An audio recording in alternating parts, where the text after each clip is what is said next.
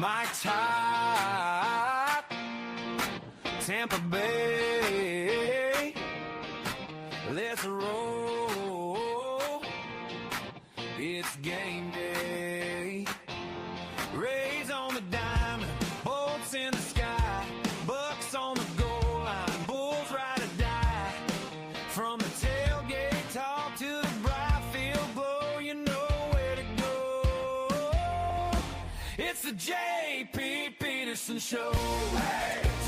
All right, welcome into a Tuesday edition of the JP Peterson Show. Thank you so much for joining us. It's votes week, and we are getting ready to roll on the votes this week. We have a plan. It's a little different than what I said yesterday, but we have a plan.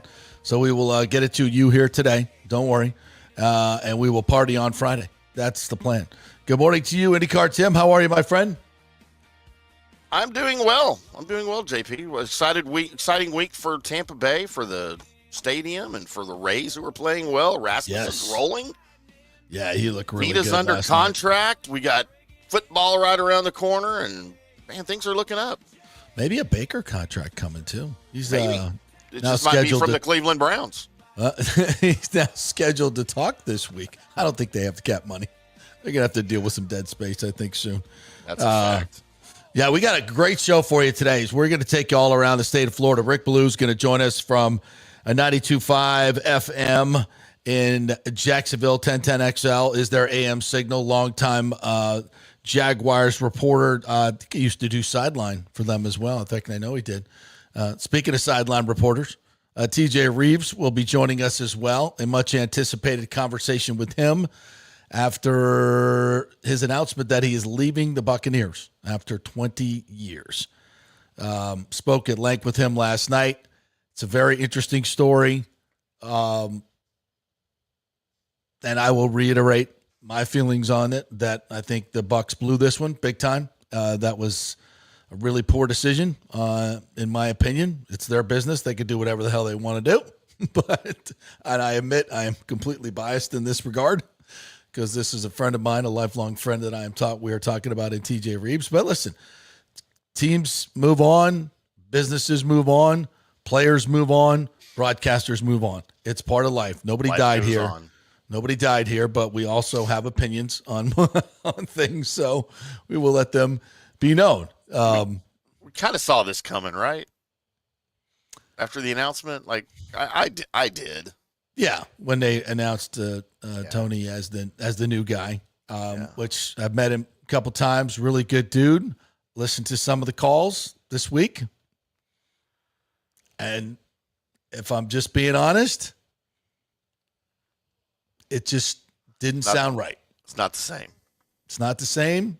Obviously, Gene Deckerhoff is a legend, but having TJ fill those shoes would have been a very natural progression. Nothing against Tony, but if you're going to go outside the organization, you better bring in a Hall of Famer. And I know it was first couple broadcasts, but I'm just being honest. You know, people can tell me I suck at what I do. It happens all the time. It does. I listened to Tony and I thought he's okay, but if you're going to make this move, you better bring in Brent freaking Musburger. You better bring somebody that brings a lot of juice. Especially somebody who's completely unaffiliated with the organization, no connections whatsoever. And, you know, it's uncomfortable to say this, and I know I'm biased. I get it. Like I said, it's their choice. It's their business, their network. They know a hell of a lot more about it than I do. But we comment on these things, and if you want my honest opinion, I'm not going to blow smoke up anybody's ass. It was pretty average. And, you know, I expect more. I expect more from an NFL team. If you're going to be a first-class organization, do everything first class. Do everything first class. Do get the best that you can do at everything you're doing. And in my opinion, the best man for that job was, without question, TJ Rives. For his knowledge, his experience in the marketplace, the fan base who's come to know and love him. I mean, I think, as I said before, I think it's disrespecting the fan base as well. So, but again, it's their decision to make. Love a lot of people that work over there. I can disagree with the public decisions that they make. That's my job. And I'm always honest with you guys. I'm not trying to blow smoke up anybody's ass, but except maybe TJ's, because I think he's really good at what he does. He's really good. And when he filled in for Gene, it was seamless. It felt very seamless. This does not feel seamless at all. We'll get used to it. We'll get used to it. And let's be honest. He'll be fine. He'll be fine. Tony's not in the most enviable of positions following Gene Deckerhoff. And then getting the job over who everybody, 99% of people thought were going to get a fan favorite. Yeah. It's a very, very tough situation for him. And I feel hard for him, but I'm not going to sit here and say, that I thought it was great. And I didn't listen to the whole thing. Saw him do this TV bit. But hey, everybody has an opinion. Nobody's died here. He got the job, and congratulations to him. But if I'm just being honest, that's what I feel. Yeah. So anyway, also joining us today, Ahmmon Richards will join us. We'll talk a little bit about the University of Miami. He's going to join us each and every week, our University of Miami correspondent. So as the Hurricanes hit the AP poll at, what were they, third? I think so. Third? Yeah. Is it third? And Darian Mensah, I think I'm going to lay down a little pizza money on him for the Heisman. What? Yeah. I don't know what the number is right now, but I bet it's pretty good. Yeah.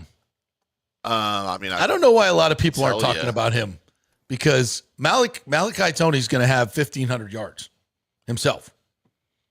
So if he can't throw for over 30 touchdowns, I mean, what was he, 26-4 last year or something like that at Duke?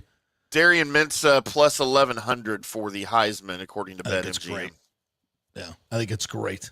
I'd like to know the names in front of him, though. Yeah, sure.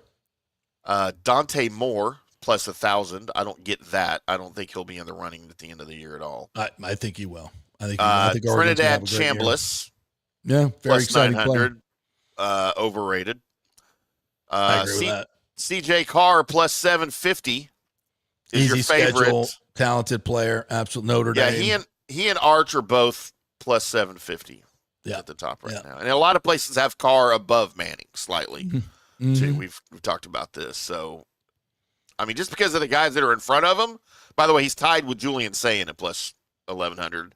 I don't think that offense at Ohio State is going to do much with Arthur Smith as their coordinator, to be honest with you.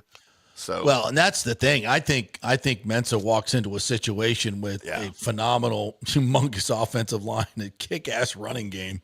I mean, you're going to have to devote so much to stop that running game. And then you've got a receiver and Tony and as Ahmmon will tell you, they've got two or three. I just said talking about Miami. Holy shit. What the hell just happened there? You just bought in, didn't you? I don't know what. You got to tell Ahmmon about that. That's for damn sure. What did I just do? Wow. My brain's doing some interesting things this morning, by the way. So my God. This could be a really good show. Did you have a stroke and we don't know about it? Maybe. Should you tell everybody, tell the Petermans what you did what the hell, morning? I tell them. So I got my timing all mixed up this morning. I'm driving over from Orlando. I got Tally with me, and I'm worried about getting Tally home and then coming to the office because I never brought her to the office before. And I was like, I don't know. I just kept thinking about 9:00 was the deadline. So that was like deadline in my brain. And I got in here and I set up everything to go out live at 9:00. Boy, that would have been early for you guys, huh? And I'm like, Timmy, where are you? He's like, what do you mean? JP calls me on the phone at like 8:00 my time. And he's like, where are you? What's going on? I'm like, listen, right here. This is early dementia, bro. It's early dementia. It's coming at you. This should be a fun ride for the next few years. Lord knows what's going to come out of my mouth. Poor Ashley. I apologize. I apologize ahead of time. I don't know. Maybe it was those 12 gummies I took this weekend. Yeah, it might have been it. That could have been. 12 gummies you took at 7 this morning. May have been a residual effect. I thought those were vitamins. Did I mix Those up are my not gummies and my Flintstone vitamins? vitamins. Oh my God! I thought I was taking Fred Flintstone and I was taking Timothy Leary. I don't know what the hell happened there. Andy Warhol. Yeah, what the hell's going on over here? Everything's moving. And what's really weird, as Joe points out, the mics and audio are excellent, by the way. Boy, something's really gone wrong today. What the hell are we doing? We'll fix that. Just give us a minute. Yeah, what the hell are we doing? Anyway, so Rick Ballou is going to join us from Jacksonville. TJ is going to join us at 11 o'clock. Rick will be at 10:30. And then Ahmmon will join us at 11:30. So we're stacked. Get your comments in early in the first segment here. All right, so real quick. Get your popcorn ready. The Bucs are already working out in Jacksonville. I guess they started around 9:30. Our friends at the Pewter Report are there, as is Rick, and they're already putting out some things. According to Pewter Report, Tristan Wirfs and Chukwuma are dressed out. In fact, we've seen pictures of them. So they are participating. I don't know if Wirfs is going to go team because he has been dressed out the past week. He just hasn't done full pads. But I believe I saw a couple of pics with them in full pads. So that's good. BMO is back. Brian Morrison, or Morrison is back. Yeah, my brain is just gone today. Benjamin Morrison is back. So, for the moment, like that was reported like 30 minutes ago. So he might be already off. I don't know. That's mean, I know. But he might already be hurt again. Yeah. According to Pewter Report, Wirfs is participating as the Bucs offense opened up 11-on-11 against the Jaguars defense. Okay. All right. Josh Hines-Allen beat Luke Gedeke and pushed him down to the ground. Oh, that's mean. Well, Reuben Bain's been doing that a lot, too. Can't we all just get along? Yeah. Jags wide receiver Brian Thomas Jr. is good. Beat Zion McCollum for a touchdown on a bomb from Trevor Lawrence. Perfect throw. That is not surprising at all. That's where the weakness is. And the Bucs defense, the weakness is at corner. No question about that. So we'll have to monitor that. Now, have a kick-ass pass rush, and your defense will be a little bit better. Your defensive backs will be better. So let's hope for that. And some of these drills, I don't know if this was 11-on-11, but I think it was. And you can't really sack the quarterback either. So, take it with a grain of salt. But so far, it looks like the Jags have the early hand on the Buccaneers. We'll hear from Rick Ballou here in just a little bit. Nathan Elliott says the Glazer wanted to hit the reset when a fresh voice. Yeah, I get it. That's their prerogative. Absolutely. That's their prerogative. But I don't have to like it. I can disagree with it, right? It's their business. That's why, they're the boss. That's why they get to do what they do. But, we don't have to agree with it.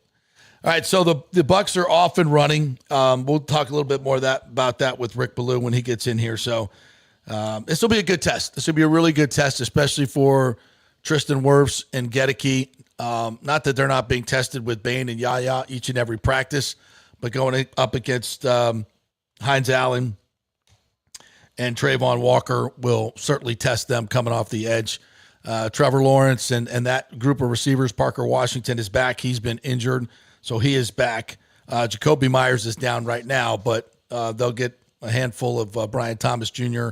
and Parker Washington and Trevor Lawrence. And Liam Cohen is going to want to stick it to the Buccaneers. He's going to want to stick it to the Buccaneers in these practices. He's going to open up the offense, try to get as many deep throws as he can from Trevor Lawrence, and already they're having some success. So good for them, but we'll get more from Rick Ballou on that just a little bit. As you mentioned, Timmy, off the top, Drew Rasmussen, another outstanding game, a career high 103 pitches, which I was a little surprised at this point of the season. Yeah. Listen, the bullpen was a little gassed. They haven't had a lot of days off, so they stretched him to 103. I mean, he looked great. There was no reason to take him out. He was fantastic last night. 5 strikeouts, had command of the cutter, the fastball. Really, really good. Meanwhile, they scrapped around, got some big hits. Arana had a home run. They got off to a 2-0 lead with Yande and Valade getting 2 early hits, then an error. Caminero with a ground out. They kind of scratched out 2 runs there. Could have got more. Framber Valdez was not great. His stuff is just not good anymore, to be honest with you. I think that they said on the broadcast that he had 28 swings and nobody missed the ball. No swings and misses at all in 6 innings. Like none. That's not good. That's not good stuff from a guy who used to crush the Rays. But they cobbled it together last night, a nice 4-1 win. That's the 7th straight win for Drew Rasmussen, 7th straight start with wins. Not no decisions, but it's 7 straight wins. That's second only to Blake Snell in his 2018 Cy Young season, who had 9. So that's a hell of an accomplishment. And his ERA is now 2.95, below 3. In the last 3 seasons, he has the second best ERA in the American League or in baseball to Shohei Ohtani. This is Rasmussen? Yeah. Wow. Yeah. That's how good he's been. Also won his 7th straight start. I don't know if you said that or not. Yeah, I just did, yeah. That's how good he's been. And, you never really hear about his name for the Cy Young, but you should. He's now 14-5. Make it, 4 more turns? Got 30 games left, maybe 5.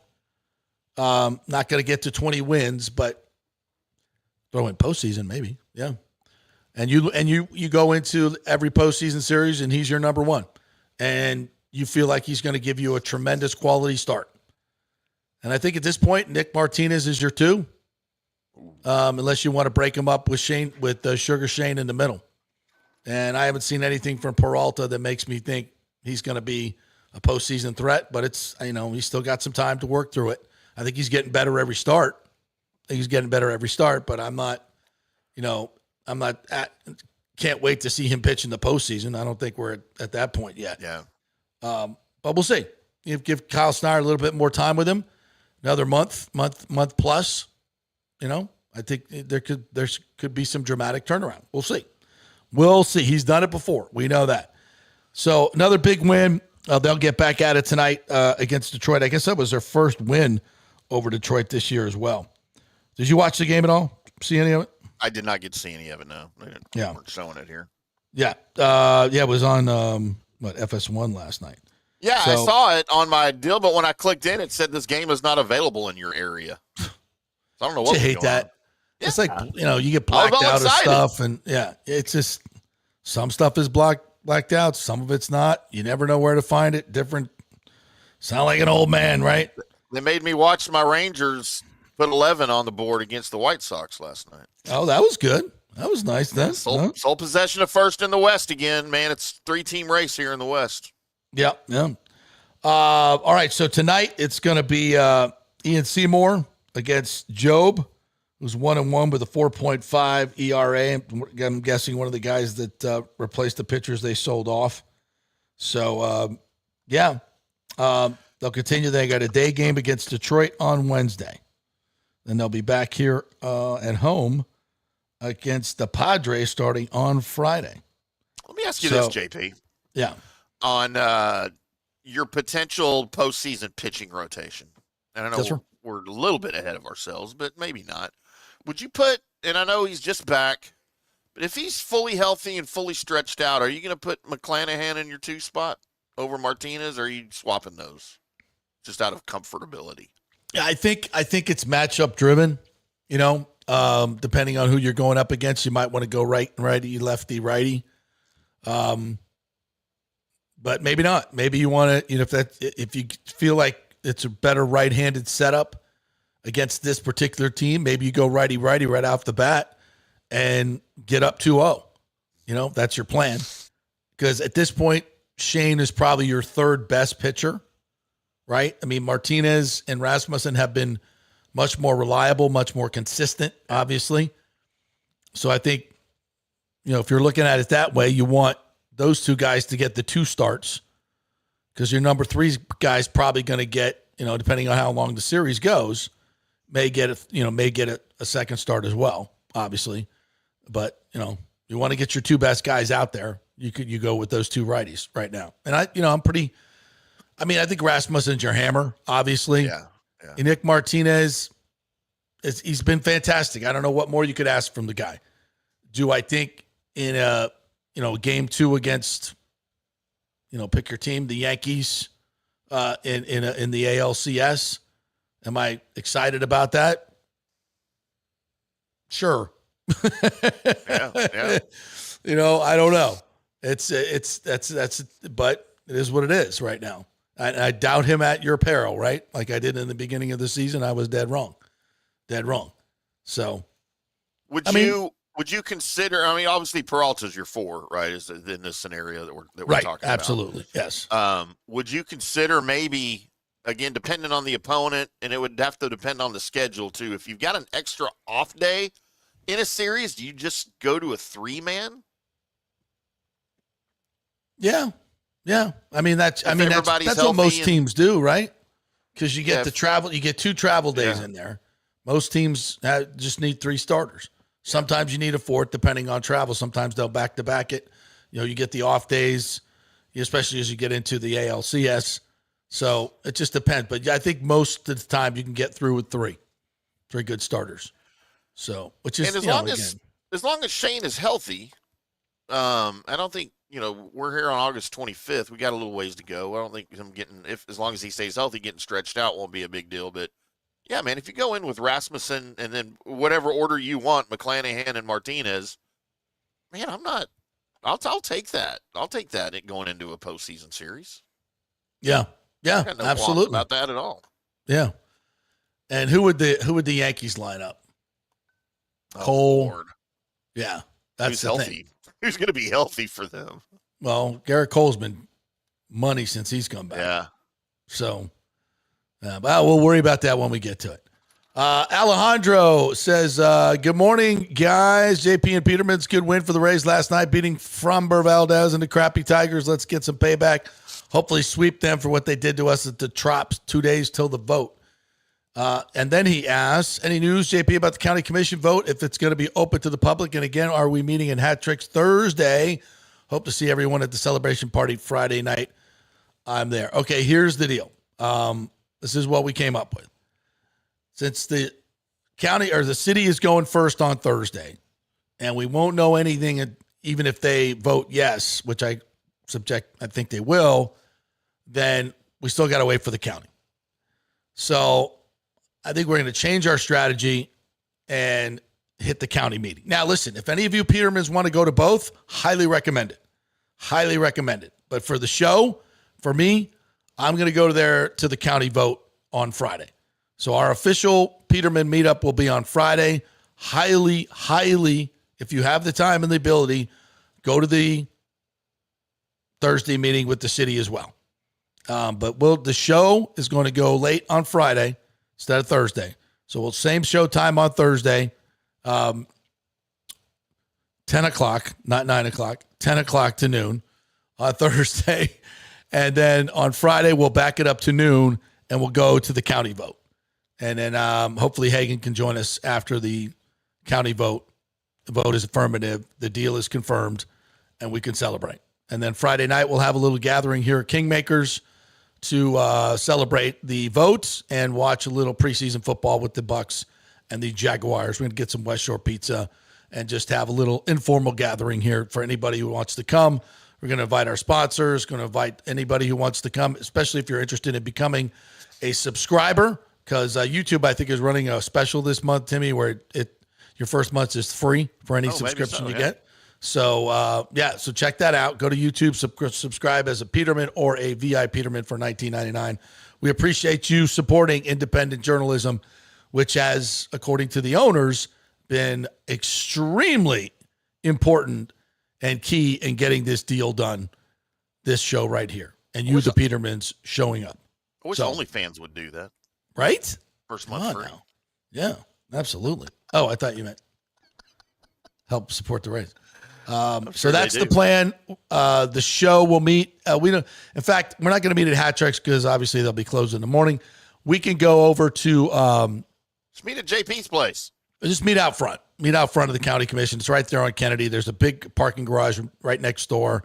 Easy to park in there. Just walk across the street. There's a big gathering area out front of the building, and we'll gather there, and then we'll head in. So I think we're going to have to be there. I think the county starts at 9. So we'll probably got to be there and ready to walk in at 8:30 so we get seats. So I would say plan on getting there at 8:15. And then we'll go on in, and then we'll come back and do the show, and then we'll have a little gathering Friday night at Kingmakers. So there you go. That's the plan. That is the plan. All right, we will take a break. We'll come back on the other side. Rick Ballou is standing by at the Jacksonville Jaguars practice facility where the Bucs and the Jags are going at it right now, 11-on-11. We'll get a live report here in just a minute.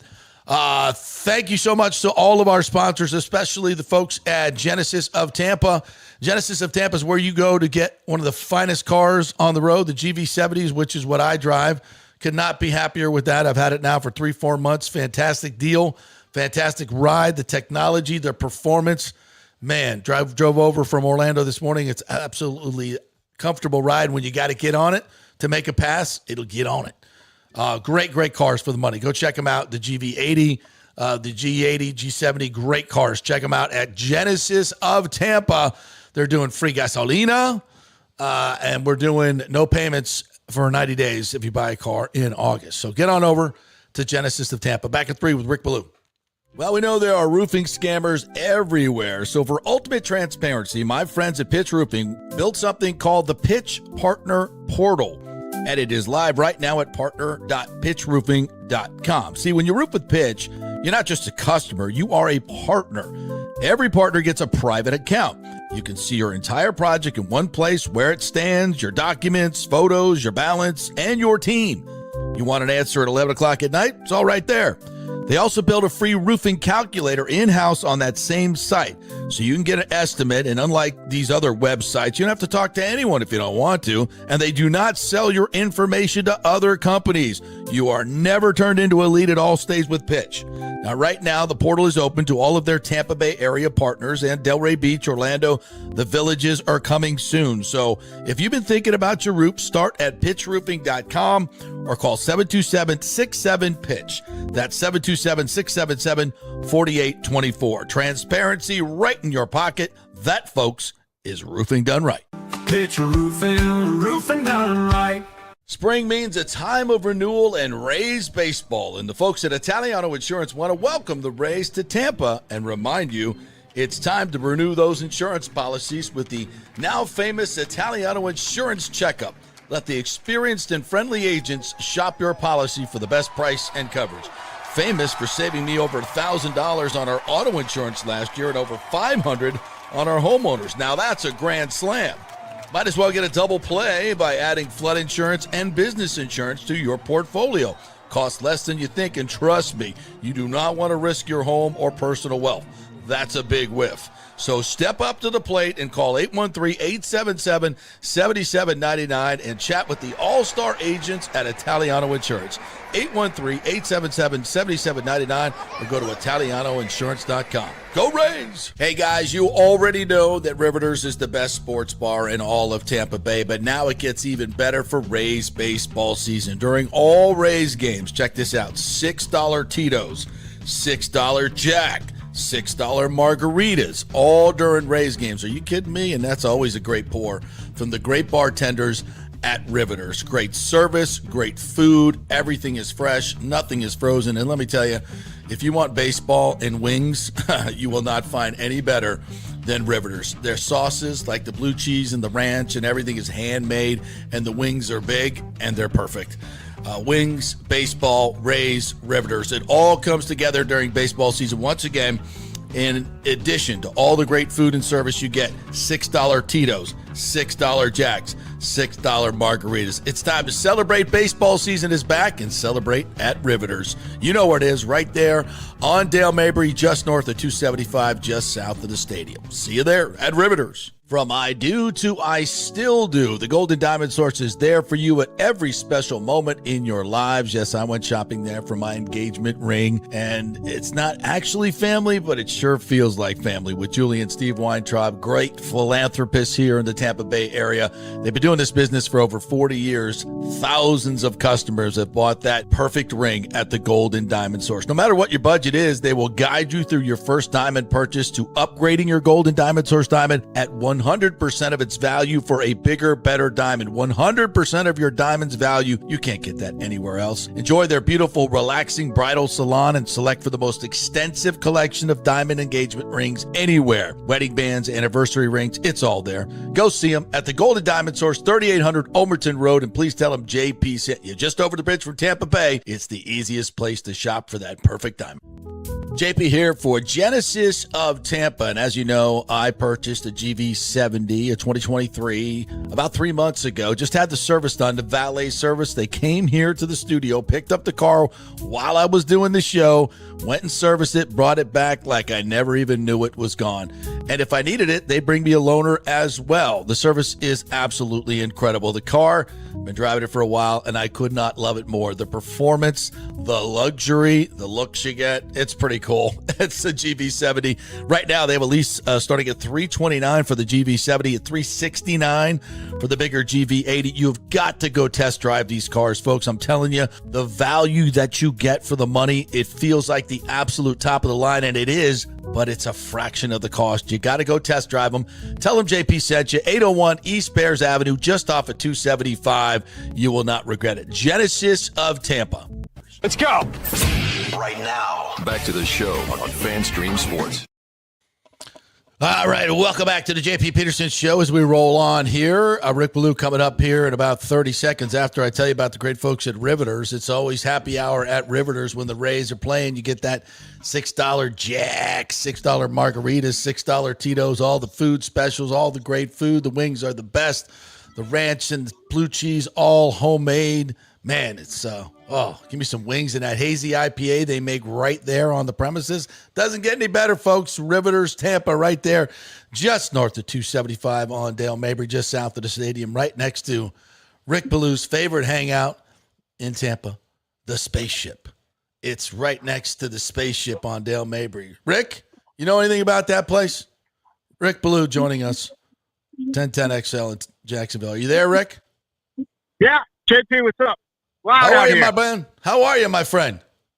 I'm good. I'm great. No place I'd rather be than right here at the Miller Electric Center. But it's it's not even controlled chaos. It's a little bit out of control. Trying to watch, 22 guys at once, and then you double that up on both fields. So, right now I'm primarily watching the Jaguars offense against the Bucs defense. But I just looked on the other field and Baker Mayfield just threw an interception picked off by Buster Brown. But for the most part, I'm not, able to watch the Bucs first-team offense against the Jags first-team defense. You can only do one thing at one time, so I'm on the other side of the football field. Well, actually, you're doing three things because you're talking to us and taking time away from that, so we won't keep you too long. I don't know about you. I can't multitask very much in my old age, my friend, but we appreciate you doing it for us. So, first of all, let's talk a little about what you've seen today. Anything I heard that Lawrence had a long pass to Brian Thomas Jr. for a touchdown. Anything else you've seen so far today? That was on the very first play. Yeah, he was able to beat Zion McCollum, who had decent coverage, and it was a real nice pass, a 30-yarder that did go from Lawrence to Brian Thomas Jr. Unfortunately, it came down on his shoulder.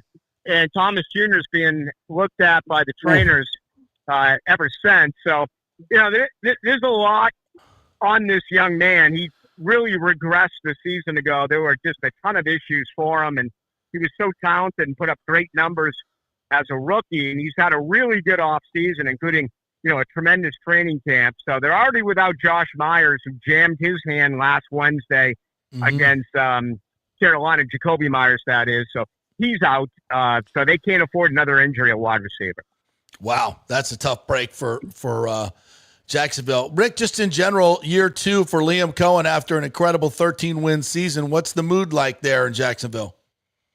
Well, it's a totally different training camp. I mean, not as much teaching. They had to implement both a totally new offense and a totally new defense. I think one of the biggest, one of the major positives for this organization is that last year, both Grant Udinski, the offensive coordinator, and Anthony Campanile, the defensive coordinator, interviewed for head coaching jobs. They didn't get them, so they're back for another year.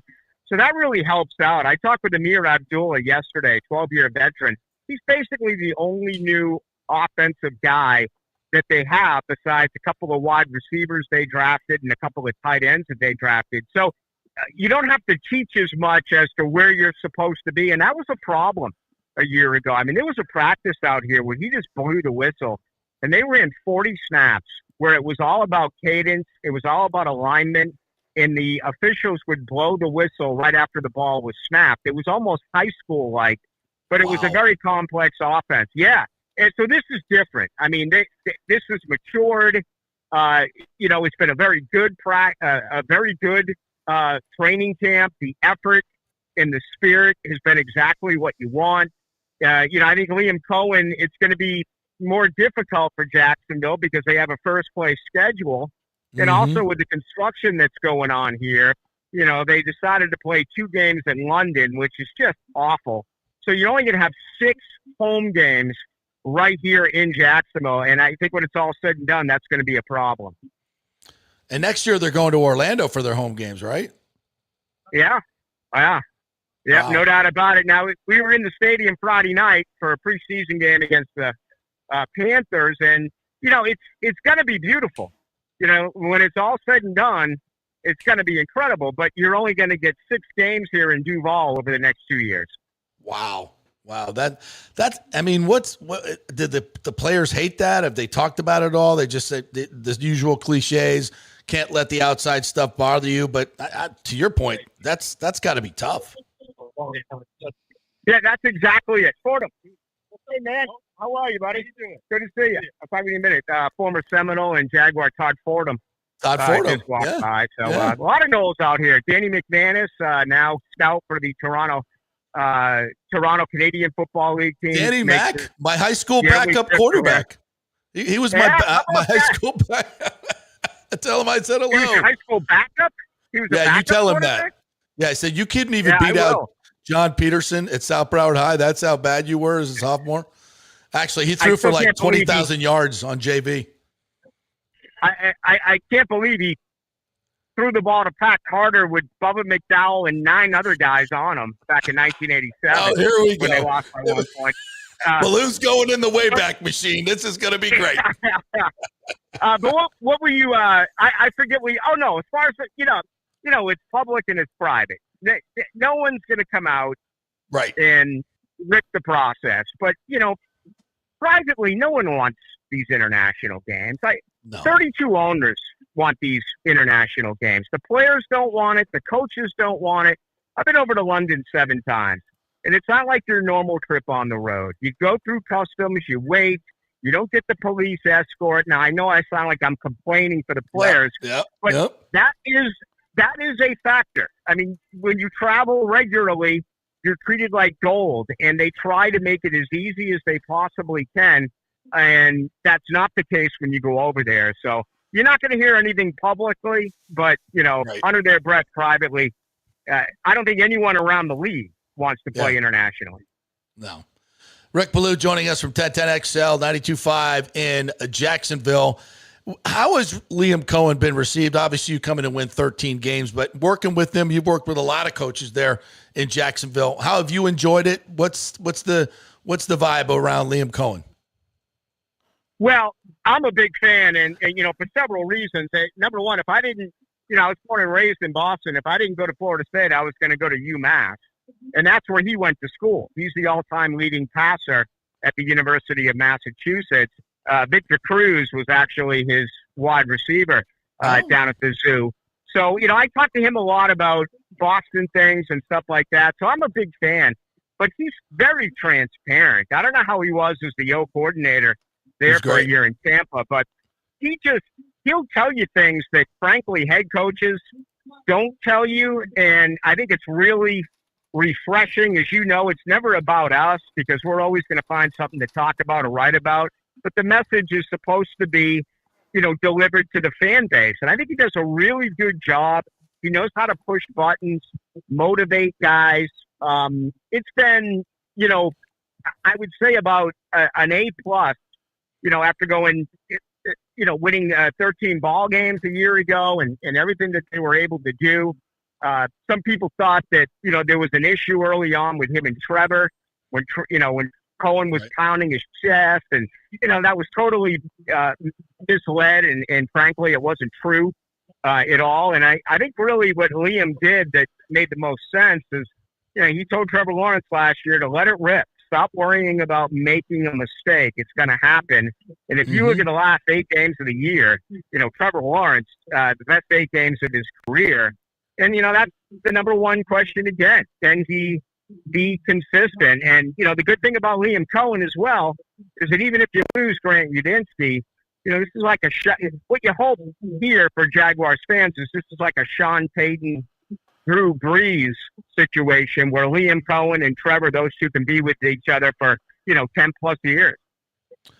Yeah. And that's what you hope, because that gives you great consistency. And, I loved Liam when he was here. His offensive coordinator press conferences were legendary. Just so much detail, very easy to deal with. We're a little jealous. I'm just going to tell you that right off the bat. So, Vegas has Jacksonville at 8.5 wins, a major regression. Is that what you're seeing? What do you think? Well, I think the national media has really missed out here. They were looking for, a splash, and they didn't make it. I mean, they went out and they got Chris Rodriguez, who I think is going to be a huge difference in short yardage situation. This guy's always leaning forward. He was number 4 last year in yards after contact, and that's something that's been lacking around here forever. His 3rd and 1, 3rd and 2, 4th and 1, gimmicks, what have you, is good as that was not his forte. And then they said that they reached in the draft. What they basically did is they said, we think we have a very good roster. And they were put in salary cap hell from former general manager Trent Baalke. So, they had to get out of that. And they had to re-sign some key players. So they let Floyd go. They let ETN go. But I disagree. I think this is a playoff team. Right now, I think it's a wild card team. That line went from 9.5 to 8.5.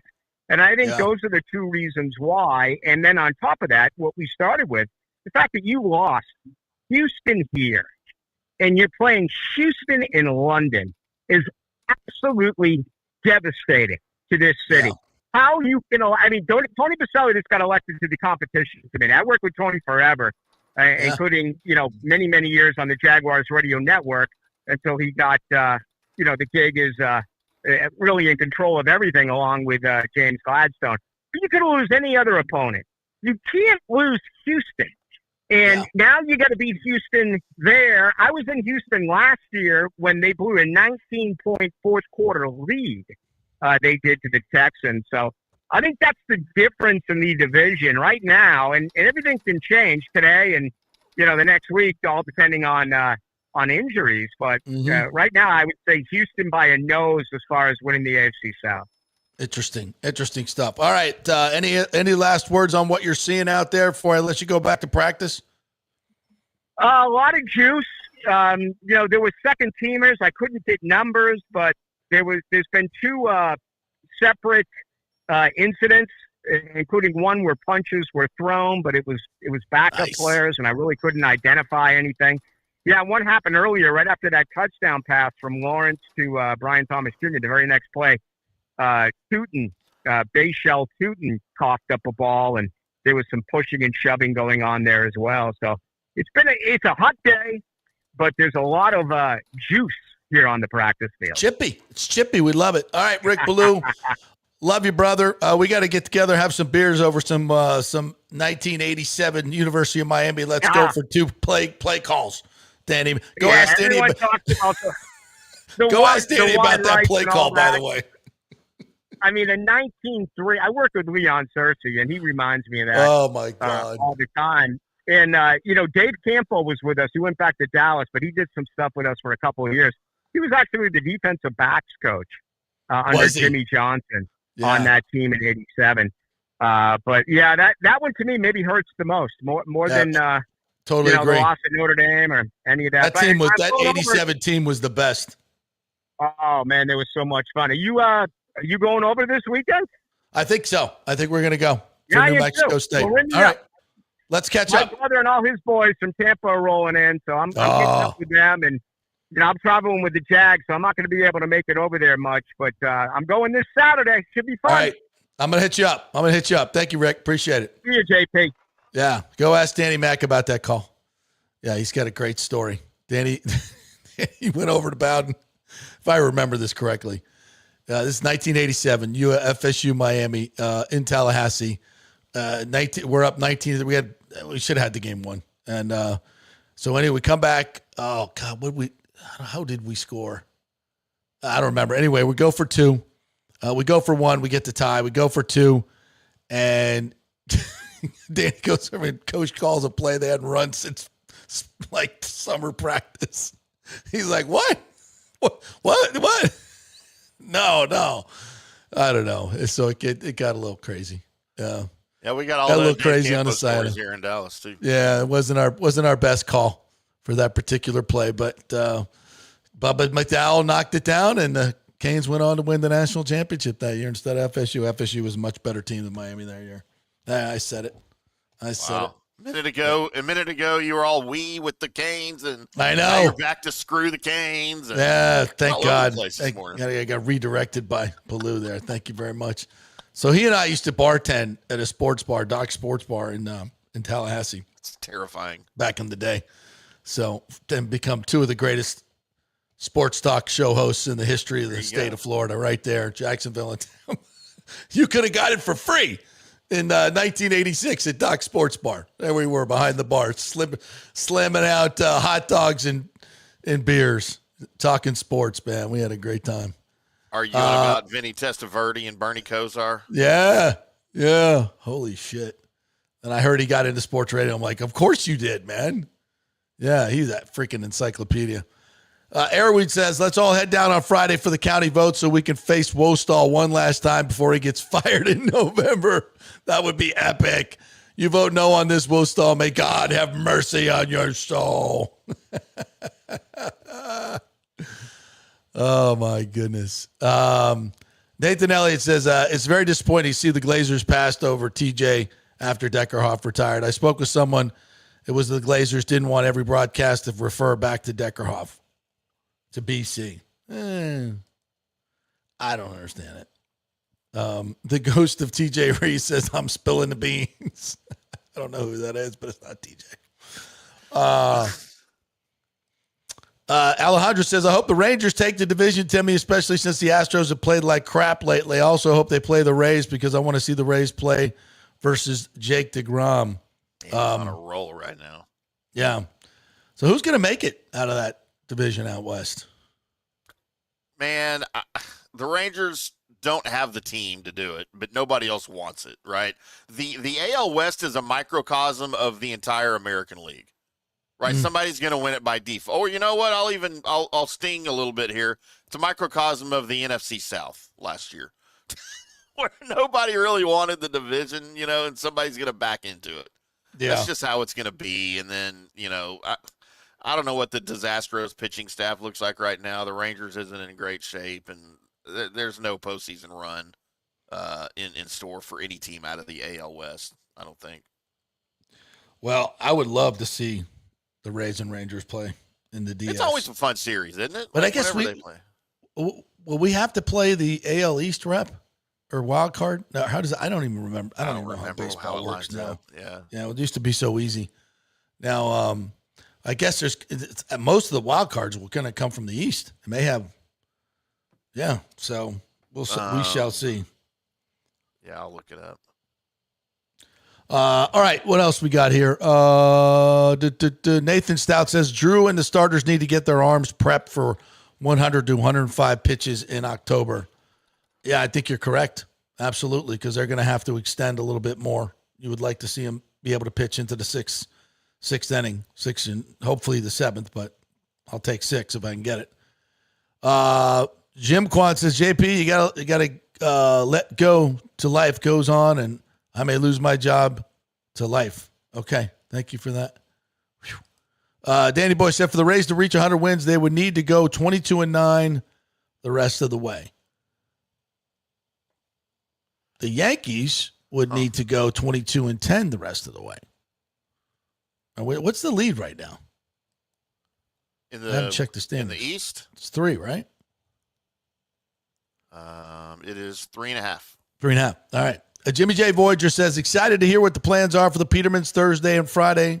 So there you go. And I just confirmed with the boss here, we're having a soiree Friday night to celebrate the votes and watch a little Jaguars Bucs football here at Kingmakers. So we'll probably start that around 6:30. So we'll get the vote done. We'll get out to the county as a group, go to the vote at the county on Friday morning, 9 o'clock. That meeting starts. Then we're going to come over here and do the show at noon to 2. Hopefully Ken Hagan from the county chair, will be joining us about the affirmative vote, and we'll be celebrating our asses off and then continue that celebration Friday night here at Kingmakers with you guys. You're invited. We want Petermans, VI Petermans, and all who want to be a subscriber to show up. Noriega says Rasmussen, Martinez, McClanahan, maybe Peralta, or could go Jax, Seymour for the starters for the postseason if we get to 4. Yeah, don't forget about Jax. You know, he's been good. He's been really good. And so is Seymour. Both of those guys have been good. I hate to think of them as starting a postseason game, but yeah, numbers are good. And you know what? The Rays will look at matchups. 100% they will. That will determine a lot. Devin Garnett says, can we meet in the parking lot by Hattricks? I think we just meet out front of the county building. There's a parking garage right next door. You don't want to walk from Hattricks over to the county building. Not my old ass. Anyway, you can, though. The watch party on the 13th is highly being considered, gamer man. So I'll give you, after we get through this week, we'll give you an update on that. Michael LaRue monitoring practices. Parker Washington jumps over Jacob Parrish and Antoine Winfield for a touchdown. Bucs DB struggling early in the scrimmage. That's the weak point. No question. Although you would like to see Antoine making a play. Danny Boy said the Rays would play the winner of the Yankees-Red Sox wild card series. The other series would be the White Sox versus Guardians-Rangers. Jeez, oh, Pete's. That's dumb. Why don't we seed this thing? Why are we seeding? There's no seeding? Yeah, they seed. The Yankees and Red Sox are going to have way more wins, so we're going to seed them by division winners, aren't we? Yeah, the top 2 division winners with the best records get buys. Right. Then the division winner with the 3rd best record is your number 3 seed, and then it goes 4 seed is your best wild card team, 5 seed is your 2nd wild card team, 6 seed is the 3rd wild card team. So the wild card round, your matchups would be the 3 versus the 6 and the 4 versus the 5. Problem being that the Yankees and the Red Sox will probably have much better records than the division winners. Correct. So you're seeding them, but you're giving That's how preference it is in the NFL, though. That's how it is in the NFL. I know, but doesn't mean it's right. I agree. Right. Yeah. I would rather you, just like they used to do in the NHL, they didn't even care what conference you were in. It was the top 16 teams or top 8 teams then at that point, like regardless of conference or anything, by points. That's how they did the NHL playoffs back in the day. Yeah. There were no division winners and crap, seeded like that. I would rather it just be in any sport best records. To me, that's how I would do it. Douglas Batista says, last night the Rays hit 78 wins, eclipsing their total wins from last year. What else we got here? Arrowweed says, whoop, whoop. I think the Friday going to the county vote is a great idea. My wife and I will be there. Meet at Hat Tricks. No, just meet out in front of the county building. Once again. Yeah, because Hat Tricks doesn't open till 10. So just, you could park, wherever you want to park, just let's meet out in front of the county building at Spaceship's open, 8:30. Right? It's open early for breakfast. I think it might be. I don't know if they want those eggs. It's a free breakfast, too. Or the bacon. Rick says, please support independent journalism. Translation, JP needs to fund his gummy and Flintstones vitamin habit. Yeah. Yeah, we're transparent about that. Absolutely. Although I have great listeners who love to bring me presents, and we appreciate that tremendously. I won't Presents out you. Good. We love presents. Joseph Collins says, after the Rives vote passes Friday, I will bring the shovels and start digging. Shovels in the ground. Shovels in the ground. Formerly known as Jeff B says, good to hear Zion is in midseason form, getting toasted for a long touchdown. Did TJ already come on? Nope, he's coming on just in moments. Brandon said the deal, we're talking about the Rays deal, initially included square footage minimums and penalties if those weren't met. If there are no longer guarantees that the mixed-use development happens, I'm worried about Cohen and Miller voting. This may be an issue. But I don't see how this, why would you not want to build it? It's prime real estate you're going to make a shit ton of money on. But then again, why wouldn't you want to guarantee it? I get it. I still think it's going to pass. They'll have some type of guarantee by the time they vote. Some type, I hope. Alejandro says the mixed-use development will still be a big part of this deal, and unless the Rays say that directly to us, I wouldn't trust the TBBJ, just like don't trust the TBT. Yeah, I think there's, I won't call them guarantees, but they're highly incentivized to build it. Highly incentivized. I don't know, so you can, maybe it's just semantics at this point. All right, we're going to take a break. We'll come back. We'll do more of your comments later on in the show. But next up, TJ Rives, my good friend and longtime colleague, leaving the Buccaneers after 20 years of doing sideline reporting and filling in for Gene play-by-play. The Bucs decided to go in a different direction. We're going to talk about why he decided to leave the network and many more things here. We're going to talk about the actual team on the field as well. So stay tuned. A historic interview here with TJ Rives coming up next. Hey, Tampa Bay, it's time to get your AC unit ready for summer. And here at Third Generation Plumbing and Mechanical, we recommend getting ahead of the game, keeping your family cool before the hot summer months with one of our maintenance agreements in the hopes of avoiding the dreaded emergency service call. Our maintenance agreements include, we'll test the electrical components, check and tighten high and low voltage wire connections. We'll check the refrigerant for manufacturer's performance levels, test thermostats, calibrate if needed, clean the evaporator coil and condenser coil, and clear and treat the drain line and drain pans. Just call us at 813-961-8024 for the special rates, and a human will actually answer. 813-961-8024 or go to thirdgenerationplumbing.com.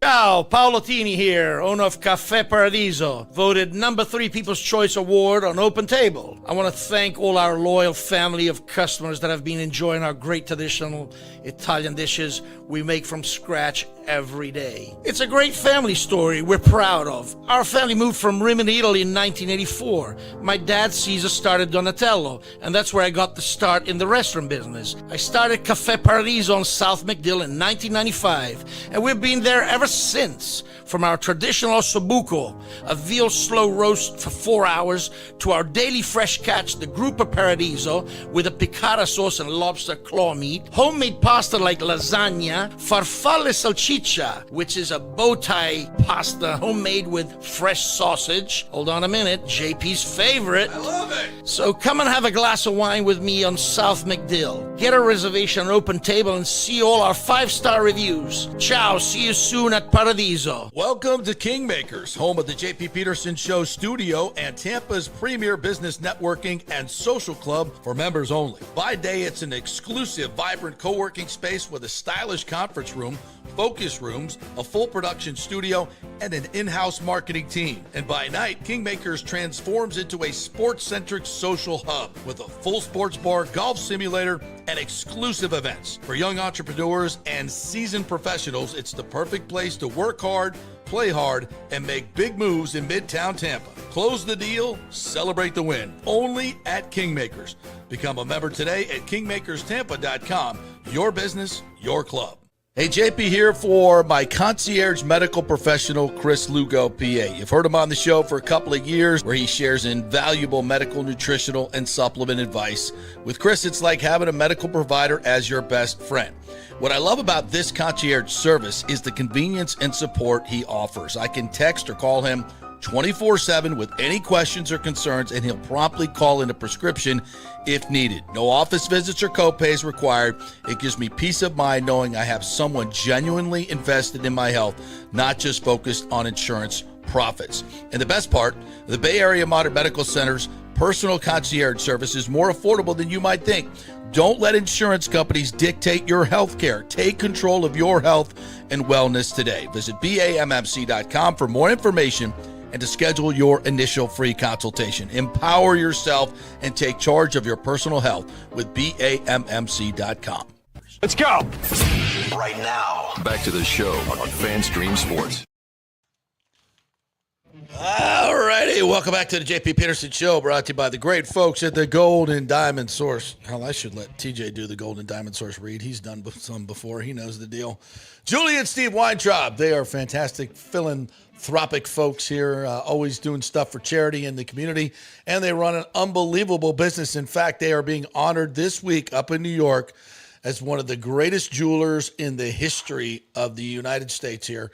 One of those, those corporate things where all the people in the business get together and say, we pick you as the jeweler of the year. And they probably get some nice piece of jewelry, I would imagine, for that too. So the Gold and Diamond Source, the best in the business. You know where to find them, 3800 Overton Road, always online at goldendiamond.com. All right, without further ado, my longtime colleague and the voice, at least in my head, when I'm talking about the Buccaneers on the sideline, in the post game, the great TJ Rives. What's up, my friend? How are you? Always great to be with you, my friend, on all occasions. It has been a while, and it's been an interesting story as to why it's been a while. And there are a couple of people interested in the conversation that I think that we are about to have. So just know that I have wanted to be on. You and I have been talking about when I would reemerge, and I said as we get closer to everything starting up, I will reemerge and talk about what I'm up to. So can I just talk about what I'm up to currently before we talk about the Buccaneers situation? Yes, sir. All right. So it has begun. There they are. Yes. The Twins have now not only enrolled, but they have posted at the University of South Florida. My daughters Abby and Riley are incoming freshmen. The first day of classes has now been completed. We're into day number 2. By the way, Dad was there for the move-in. Mom was actually under the weather. And not wanting to infect everybody, but there we are, moving the Twins into the dorm. The old dorm room. Yep. The dorms are better than what they were. This was a little cleaner version of that same shot as I showed they don't the have audience. the NSYNC posters up on the walls yet. They don't have any posters. The Backstreet Boys at poster? That time, they did not really have any posters up on the wall. With all this different stuff. So they have moved in on campus. It is interesting. The stadium is not going to be built for another year for USF's on-campus stadium. Their dorm is literally about a 150-yard walk into the end zone of that stadium. Nice. So, and that's why they built it, for all those people to come to the games. Yeah, had it been this year, they would have been in a primo location to walk out the door of their dorm and be in the stadium in 2 minutes. It is fascinating how all of that is unfolding and everything that's gone on. My wife is a graduate of USF from 1996, and she walked around in amazement when we took the tours and when we're doing this, going, none of this was here. And up until about 10 years ago, really, none of the housing, none of the different stuff had been put out there and put up, and the infrastructure put up, and it's amazing. It's amazing what's there. So good luck to Abby and Riley and the thousands and thousands of USF incoming freshmen and all over the state of Florida and all over the Southeast, wherever. Good luck to all the incoming students who are trying this for the first time, because it's different. You know this because you went through this. Yeah. And Timmy, I think you've been through this as well in various stages. We're in the empty nest. I don't think Timmy's in the empty nest right now. So Mrs. Rives right now having some trouble with the empty nest. Oh, yeah. And those are her babies. Yeah. As much as I try they're not far away. They're not far away. They're 25 minutes away or so from the palatial Rives Palace. And as much as I try to convince her, These are not babies anymore. That's they right. are young women. They are grown women, and they're trying to figure it all out. They don't need mama around all the time. By the way, that's our meal ticket from when we're old and gray, and we've apparently run out of money in Social Security, and none of us have any retirement left. They're going to have to, fend for us and support us down the road. Damn right. My kids ask me all the time, Dad, why'd you have 6 that you know of? And I said, because when I'm old, somebody's got to change my diaper, and it ain't gonna somebody's got to take care of business. So right. 1 out of 6, you might. So you went for the numbers game. That's a good strategy. The odds. Yeah, that's right. Well, right. I mean, quantity means the chances are you're going to have one or two. I got to go 50%. You only got to go what? 18%. Yeah. You're good. Yeah. Good play. My odds are better. Much better. Much better. I'm pretty solid on one of them. I know one's out totally, but I think I'm solid on the other one. So we're good. All right, CJ. So let's get to what everybody wants to know about. 20 years. Yes, I am thrilled that the Rays stadium deal is going to happen. We'll get to that. No, wait a minute. That's not what you want to know about? I'm looking forward to the upcoming college football season, and I'm ready to talk about that whenever you want. Well, we're going to get to that. But that's not Kentucky hoops. That's not apparently what everybody is anticipating and wanting to hear. And well, let me just preface by saying this, okay? And I said this in the first segment, so I'm gonna abbreviate it. I thought it was a terrible decision to bypass you for the play-by-play job. And I love a lot of people over there. I just saw Joel and Glazer, known them all for a very long time. Brian Ford is one of my dearest friends. I love him to death. Jeff Ryan, I've worked on the Buccaneer Radio Network, but in my opinion, you blew this one. You messed up. I thought it was disrespectful for the fans. If you've been around here, you're a trusted voice that means something in this market. In every market now, it means a lot more than it used to because there's so much bullshit out there. So to be able to go seamlessly, and I've worked with Gene since the 90s. Yes, you did. So I know what it's to go seamlessly from Gene to you. It would have been seamless. And I met Tony. He's a very nice man, but this is not seamless. It's anything but. And your voice is what we expected to hear during the game this year and then also after the game. It's like, and that's a hard job to do. It is a very difficult job to do, especially in times when your team's not winning. And I don't know anybody who's been able to handle it with the aplomb that you did. And I just think it's an absolute travesty what they decided here. And no disrespect to Tony and whoever they hired sideline, but I think they blew this one. All right, so thank you for saying all of that. And you said as much at the time that this was going on. You've said it to me privately. So let me go at it from this way. Why am I doing this right now? Well, there are 2 reasons. Number 1, there needs to be awareness that I'm not there, which people have begun to figure out. And the second part is the why that I'm not there. So I'm going to explain this, and I'm going to make you laugh because I'm always about self-deprecation and comedy and whatever else. So I quote movies all the time, etc. So one of the things, and you and I talked about this last night, and the audience should know, you and I talked at length last night about how this would go. And you said, hey, I'm going to give you the floor and you can talk about whatever it is. And I joked with you about the 2000 movie, and I love Al Pacino movies, the Academy Award-winning nominated movie with Russell Crowe and Al Pacino called The Insider. It's based on the real story of how CBS News and 60 Minutes squashed a story on big tobacco for fear of being sued into the Stone Age by the tobacco company Brown and Williamson, because the scientist that was the whistleblower had a confidentiality agreement where he wasn't supposedly allowed to talk.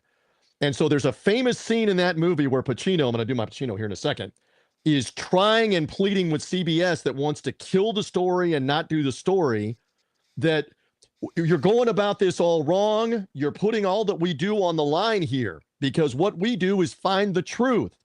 And so he says in the sequence, are we doing this story because it's not true? No, we're doing the story because it is true. Is it in a public health interest? Yes. Should the public know about it? Yes. Are we going to do it? No. Why?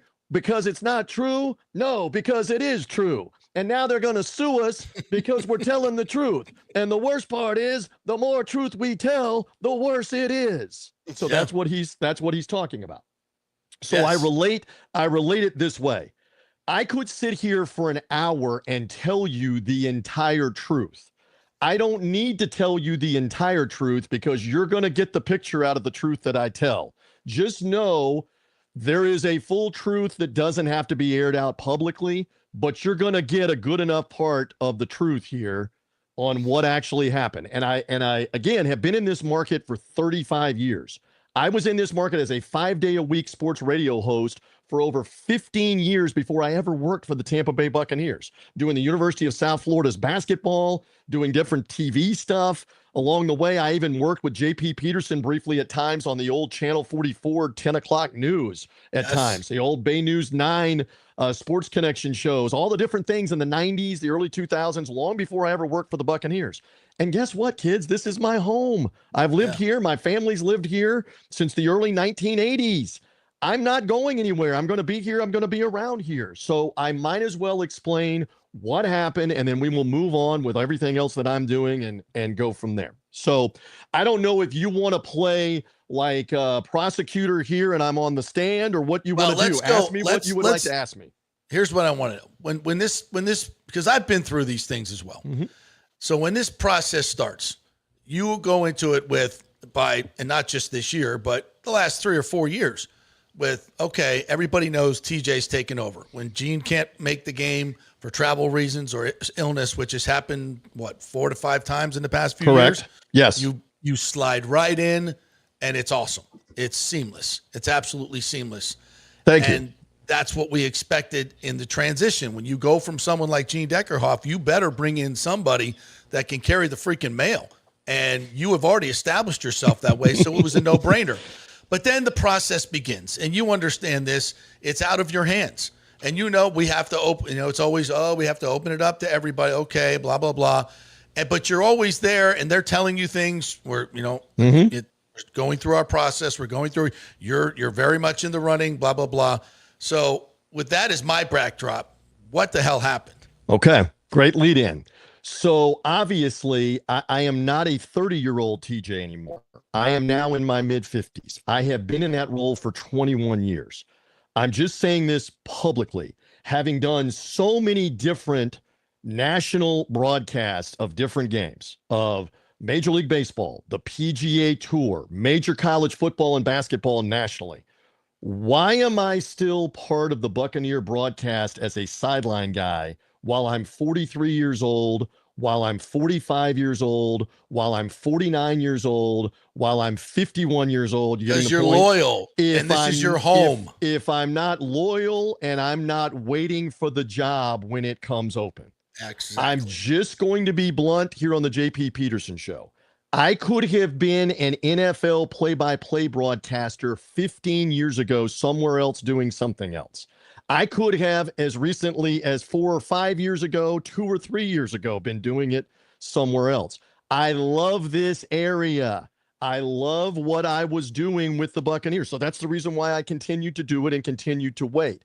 So just to clear a couple things up, there was never any formal agreement you're going to be the guy when Gene is done, when Gene is retired.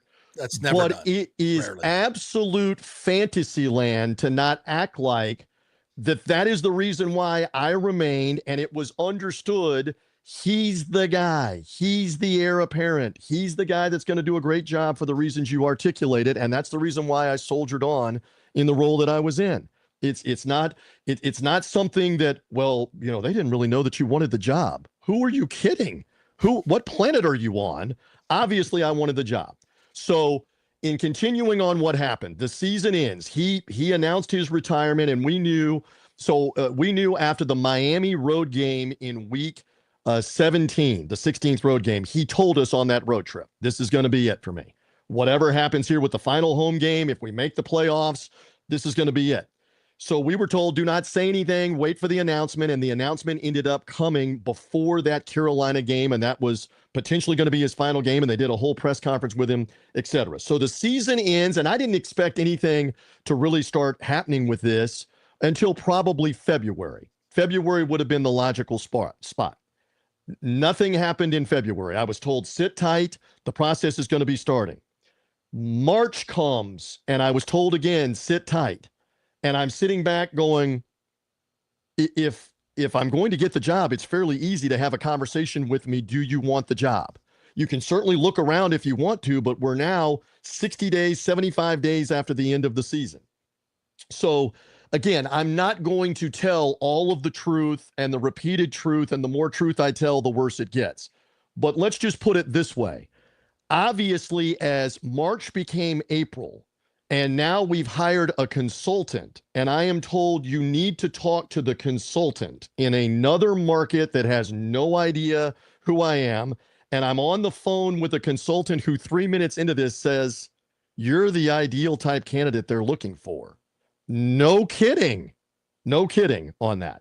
But I was told, if you want to be considered for the job, you got to talk to the consultant. I really believed, and I guess this is wrong. This is wrong. This is naive. I really believe that once I and the others had talked to the consultant, that the process would escalate at that point, and then they would look to make the hire. That did not happen in April. And I will say truthfully to you, because you and I were talking off the air and numerous other people were talking off the air with me, that at that point I began to say, okay, this is now dragged on April into May, and I'm being told, wait, you're going to have a great chance to have the job. You're right there. And then they decided to do auditions at the end of the month of May, which now, if we're counting months, that's all of January, all of February, all of March, all of April, and into the month of May. And at that point, truthfully, my family, people that were around me were saying, this is not good. You got to find something else. If they're auditioning people at this stage, you need to be looking out for yourself. You got to find something else. So I hung in there for that part of the process. And then, unfortunately, after my wife and my daughters and I had been on a Disney cruise for their graduation and their 18th birthday, I finally get the news in mid-June. We've hired somebody else, and you now have a decision to make about whether or not you want to stick around. And they gave me a few days. And let me publicly say thank you to Jeff Ryan, who was great with me throughout all of this. My boss, Brian Ford, etc., that were great with me through all of this. They were talking to me about remaining in my role and what else I could do, and even said, is it a money thing? It's not a money thing. I need to be doing play-by-play somewhere else. Right, They gave me yes, it's time. They gave me a few days, and then I made the decision to leave. So I'm just clearing up. It's not a situation where I was forced out.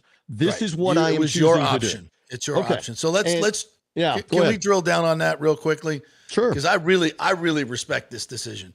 I've been in your shoes, and you could easily go, well, listen, I'm still on an NFL sideline. There's only 32 of these jobs, and I got one of them, and it's pretty freaking good. It's a great opportunity, blah, blah, blah, blah, blah. So I think a lot of guys could have just sucked it up and done that. But frankly, I respect that you said, you know what, I'm a play-by-play guy. I'm not a sideline guy, and it would have been really tough for you to sit in the booth and listen to that, to be quite honest. I know it would have been absolutely gut-wrenching. Yeah, I appreciate you saying that, and it's a difficult position to be in. And I just chose I'm not going to go through that. I am going to now move on.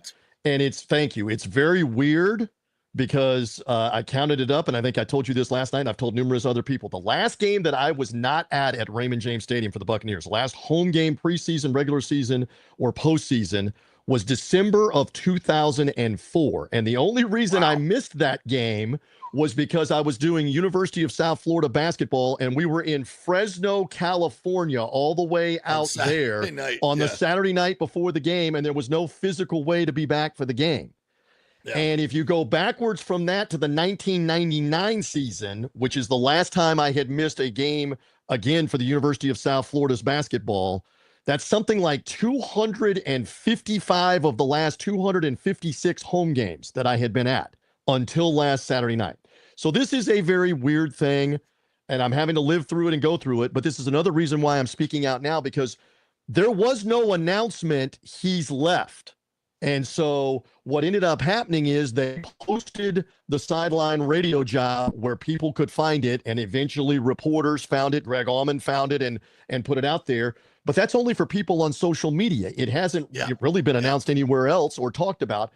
To wit, I started to get inquiries. Are you going up to New York for the joint practices? People that still believed I was still part of the games and still part of because I had left.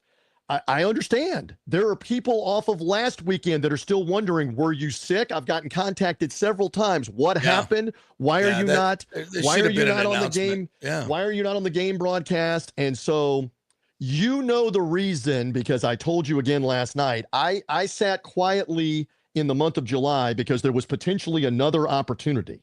Right. And had that opportunity through the whole month of July come through, we would have been having a totally different conversation today. And we would have probably had it 2 or 3 weeks ago about what that opportunity was.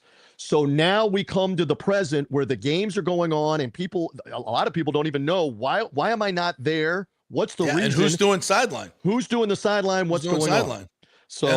So that's the reason why the answer is they haven't hired anybody. They were trying somebody out last week, I think. And just no disrespect to any of the candidates, but they have no idea. Let's just, say this season goes poorly and Todd Bowles is on the hot seat and this team's circling the drain. I don't think that's going to happen, but it could happen. It happens in the NFL all the time. Injuries happen, shit goes south. And you got to walk into that room and you got to do a half hour to 45 minutes of interviews with guys who just got their ass kicked, are completely dehydrated.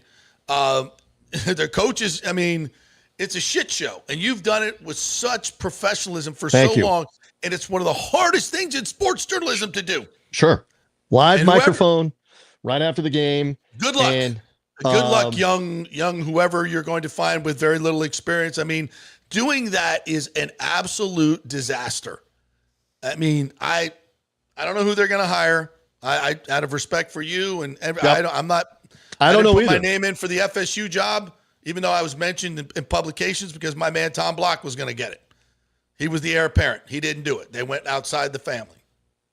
Didn't get that one either. Right. And same thing here with you. I don't get it. But whatever. Well, so I appreciate finding somebody to do this job is going to be extremely challenge. difficult. It's a challenge, especially if it's somebody that has not been in that role before. And so thank you for your kind words. I worked hard at it, developed relationships at it, and there was a lot of losing and a lot of fired coaches. They fired six coaches in 11 years in the 2010s, and you're having to get used to a new coach over and over and over again. And most of them were great to work with. There were a couple of them that were not. So in any event, I have moved on, and I just explained to you why I've moved on. And I look forward to coming on with you and telling you more about what I'm doing and talking college football and talking about whatever else. Some people have wondered, well, why didn't you just at least still stay involved somehow, some way? And it needed to be a clean break. It needed to be a clean break. And let me say at this point too, for Tony Castricone, I wish him well. I've not met him. I've not talked to him. He is in a very difficult position, but he interviewed, he auditioned, and they elected to hire him here for this role. And to me, he needs to have that role, and I will be away from that entire situation, and I will go and do something else, and then we'll see what ends up happening for here. Let me further say to the audience, thank you. There are hundreds and hundreds and hundreds of people that have reached out to me and contacted. I can't respond to everybody individually that continues to contact me all the time. Thank you. There are thousands and thousands and thousands of Buccaneer fans that have known I've been around here and been around the team that I know are up in arms. I'm just an announcer. I know, I get it, but thank you. Thank you. I know that you know that I wanted the job. You know that I'm not there anymore. Thank you for checking on me, but life moves on. Another important thing, this is not the only time that this has happened to somebody like this. And like you said earlier, and I think you said it right before I came on, it's not like somebody died here. Yeah. I have a lot of career left. I'm going to have a lot of fun with you. And I'm just explaining why I have been gone and kind of been silent during all of this. I'm laughing, TJ, because this is just, us three old heads here. What a shit business, man. It's a young man's game, unfortunately. True. But let me tell you something. Let me tell you something. So much over the years, and it's just gone. But you know what? Let me tell you something that I learned probably 15 years ago. You better start looking out for yourself and looking out for your own ventures and your own businesses. And the three of us have done that. I remember sitting with you. We played some golf. We sat at a restaurant. You were gone from WDAE off the radio, and you said, I don't know how I'm going to make this work. I got to do something. Well, I'm here to testify. You have built something, and you have sponsors, and you have audience, and you have engagement, and you've hustled your butt off, and you've utilized the equity you have in this market, the trust you have in this market, the fans you have in this market. So I'm propping you while you've been propping me. This is now the new age of whatever we call broadcasting, podcasting, on-air work, and we are all hustling, the three of us and everybody else doing many different things, because there's nothing that beats the fact that you're the boss and you're in charge. We don't want to get real thing. jobs. Yeah, we don't want to get real jobs. And you don't have to worry about getting the bad news. You don't have to worry about being deleted. So we're all hustling. It's all changed. But again, it's a different world, and you adapt. And if you don't adapt, then you're going to be out of luck. There are so many people that have not adapted and have waited around, and now their gig is gone. And now they're going to start what we have. We were obviously smart to start a lot of this stuff years ago, 5 years ago, 10 years ago. I started my own company 12 years ago with doing all the different freelance stuff that I do. And I love doing major college basketball play-by-play on the TuneIn outlet that I'm doing. I love covering boxing, and the boxing podcast and website that I have are thriving and making money. I'm doing a TuneIn Big 12 radio pregame show for them on their Big 12 channel every Saturday, 9 to noon Eastern time. And I'm getting the opportunity to do that. There's show after show that I'm still involved with and still doing. And thank you to everybody that still supports me. I've got a great family structure. I've got a great group of friends, you guys included. I've had hundreds and hundreds of people check on me and reach out and say, how can we help? What can we do? It's amazing, the broadcasters, NFL broadcasters, Major League broadcasters. I'm humbled. NBA, Major League Soccer, National Hockey League, national media members, everywhere. Thank you to all of them. I thank them privately as much as I can, but thank you if they're trying to help me. And that's the message that I'm coming away with here out of all of this. It's on to the next thing. It's on to the next thing, and the next thing, and the next thing. And there you go. It ain't the end of it. That's for damn sure. No. All right, listen. I got another guest coming in. And listen, have me on another time. No, before you go, yeah, I want you to. This is your first time doing this. Sure. So take a deep breath. You are going to. It's been a while since you were being paid by the team. That's correct. And we all know there are certain things you can and you cannot say. That's correct. You get paid by the team. So there's a sense of freedom right now. Feel it, brother. And there is. So give me a little bit of, what do you think about this Buccaneers team? So everybody's been asking. Everybody's been asking me off the air about this and what I think. The way that I will answer that is, if I say everything is going to be great, everybody's going to look at that and say, oh, he's just saying that because he hopes someday he's going to be the announcer again. Tell me how you really feel. Hold on. If I say they're going to be terrible, then the normal reaction is going to be, oh, he's got sour grapes. He's got an axe to grind. That's the reason he's saying that. So how about this? I pledge to you that I will be on with you. And when they're good, we'll talk about them being good. And when they're bad, I'm going to state what I see and what you see and what everybody else sees. And I might provide a little insight along the way on why it's bad. But for right now, it's not really for me to say in this kind of situation. I'm not trying to be a politician, because no matter how I answer what you just asked me, everybody's going to have their viewpoint of why I answered it that way. So I wish them well. I kept saying to you, I hope they win every game for my happy post-game show after the game in my previous role. I will still say, I hope they win every game for their sake. Don't wager on them being 17-0. I don't think that's going to happen.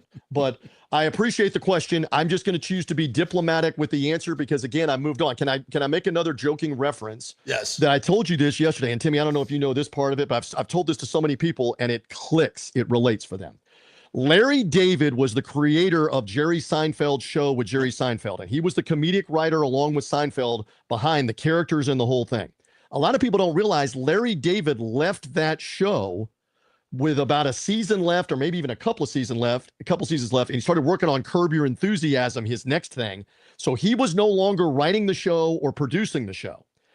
And so what he said is the mistake I made is I kept watching the show. I kept critiquing the show. I kept second guessing myself. Why did I leave? Why am I not writing anymore? I would have written that joke for George, not for Kramer. Right. I wouldn't have done that scene with Elaine. I would have done this. And he said, you drive yourself crazy. So his phrase was, if you've left, leave. That's a total Larry David, Curb Your Enthusiasm thing. To extend the point, he talked to Aaron Sorkin, very famous writer and producer who did the movie A Few Good Men, the classic, You Can't Handle the Truth. Yeah. That's Aaron Sorkin. Behind the West Wing, too. But so, segue, he wrote and created the characters and the West Wing. But a lot of people don't realize this. Sorkin decided to leave the show. With a couple of years left in the show, he was no longer producing it and writing it. And Larry David called Aaron Sorkin and said, don't make the mistake that I made. Right. If you've left, leave. Get away from it. Don't watch it. Don't second guess leaving. Don't self-doubt that you shouldn't have left. Leave. You can watch it maybe years from now or at a later date, but you're going to have to cover the Buccaneers on this show. Brother, on this show, we're going to be asking you I'll for watch the games, but in terms of covering it, I don't have to cover it. I don't have to go in and apologize for it after a game. No. So we'll watch it. I'll give you comments, but in terms of being around it, in terms of being at the stadium or in the press box, the Petermans want your honest opinion. They're not going to let you get out of here without I've left something. I've left. Evan Pat said, "I'll give an honest opinion. We won't hold you to one word. Just give us an honest opinion." I'll give you an honest opinion. Every season for the last 4 seasons has had a swoon in the middle. The honest opinion is, what are the chances that they go without the swoon this year? Or what are the chances that the swoon probably happens? Look at history. Look at the last 4 years. They got to avoid the swoon. I remember being on your show repeatedly when they were 5-1 and 5-2 and 6-2, and we're talking about all of that, and you end up losing 7 of the last 9 games. So, all right, there you go. Again, please appreciate for the audience, for the Petermans and anybody else that's watching this, no matter what the answer is, that's a no-win for me. I get it. That's a no-win at this point on predicting what they are or aren't going to do. I'm happy to talk about what they have done. Analyze what it might when happen we see later it. on. Okay, yes. Fair enough. Yes. Right. And so, again, thank you, my friend. I'll just you. leave you with this. For a man who's been through it many, many, many times, disappointment turns to anger, which turns to motivation, which opens a lot of doors. And every door that I've walked through, I look back now and say, this is where I'm meant to be. It's way better than where I was. I didn't see it at the time, but I'm sure glad I did it. So take that with you, brother. The bottom line, thank you. Thank you for your support. The bottom line is I have lots of other options and lots of other things that I'm up to. And when I have more, I will share more. Yep. Thank you for your support. I wanted to come on here with you and clear it all up and explain what happened and explain why I'm not there. And just like with the Buccaneer situation, I'm now saying it here on the show. Have a great rest of the show. I have left, so I'm leaving. I'm leaving. I'm going to call you after the show, TJ, if you're available. Please. I got some things to talk to you about. Feel free. The couch is open. Right. We'll go over all of it. Timmy, you're the best. Thank you, JP. Let's do it. All right. We'll see you guys. We ran a little long there, so we're going to fold right into our next guest. Joining us here, Ahmmon Richards, former University of Miami wide receiver, covers the Canes Insight on another podcast. We would love to have him in here talking UM. What's up, my friend? How are you? I'm doing great. How are we doing? Yeah, we just talked to my friend TJ. Long story short, he was a longtime sideline man at the Bucs. Didn't get the play-by-play gig. Disappointment in the career, something you and I both have known. Heartbreak of what, the best laid plans don't always work out like you think they're going to work out. But then you step into new challenges in life, as you have done, and you move on. And right. It can be a very freeing thing, a very wonderful thing, and it has been for me, and I know for you as well. You just that's life. Give some motivation to the kids out there that run into, adversity early in their life like you did. What do you do? So that's life, man. Always think about, sometimes it's not like what happens to you, is just how you respond and who you are in that moment, right? Everyone can be smiling and everything's the best thing since sliced bread when everything's going your way. But who are you really when you're tested? And I think I look back in those moments. And I kind of pat myself on the back a little bit, just dealing with the situation. You're a step away from your dreams, 4 or 5 months away from your dreams, and it's snatched away from you. But how you respond and how I responded, I feel like, just being tough, strong, and just keep fighting, finish, get my degree, continue, start different businesses, got the college chunks going on. Now I'm in the media world doing podcasting as well. So I'm happy. And I think that's what it's about, just doing what truly makes you happy. And not every path that you set is what, God has intended for you. And it's hard to understand when you're younger because, we feel entitled to everything and what you say, and you want everything that you dream of. But sometimes what you want may not be what's best for you. And I feel like God always puts you on the right path, what's for you. Yeah, it's kind of what I taught my kids and my stepkids. I'm teaching them that you better get ready for adversity in life because, it can hit you early. And I'm going to tell you what, it's going to keep hitting you all your life. You think you got to a point where you're smooth sailing. That's not the way this world works. So you better be ready to handle it. You better, and as a parent, I'm going to make you ready for it because I'm going to let you deal with adversity. I'm not going to try to shelter you from everything that happens. I'm going to let you fall on your face and see what you do to pick yourself up. And I'll be there. Don't worry. I will always be there to help you, but I'm not going to pick you up every time because that's not what you need to get prepared. So we know who we are. We look each other in the mirror every day when you go home. So how tough you are mentally or what you're really going through, but you just got to be honest with yourself and really reflect and see, like, am I really handling this situation the right way? Or am I doing it from an emotional standpoint or an entitled standpoint? And I think when you be honest with yourself, you live a little bit more happier because you know that at the end of the day, you're living your truth. All right, let's go on. It's great stuff, by the way. Let's go on and talk a little bit about this University of Miami team. You gave us a great breakdown last week on what's going on. When did they start, by the way? Who did they open up with? We're going to play Stanford coming up on a Friday night. We're going to travel on the road, a Friday night game, first kind of road test, first game of the season. Yeah, Stanford.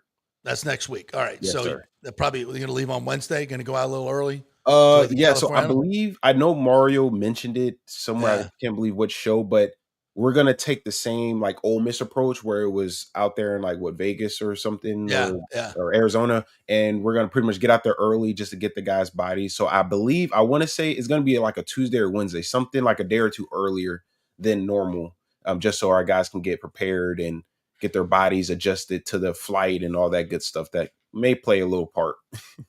Yeah. So I'm watching some tape the other day of Darian Mensah, and this kid last year, I saw him play a couple times and I was impressed, but this particular breakdown I was watching, I was like, wow, this kid really gets it. He's super smart and he's got a quick release, dynamite arm, very elusive. I mean, this kid, look, he played really well at Duke. Now he's got a supporting cast with Malachi Toney and Fletcher and all this offensive line. I think he's plus 1,100 to win the Heisman.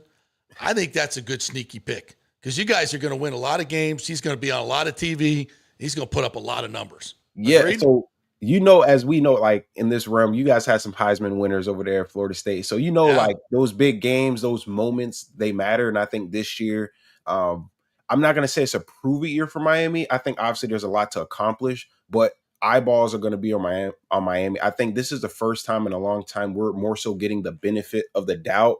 Like coming into the year, a lot more people are choosing Miami. So I think there'll be a lot more like positive eyeballs, not like hate watching.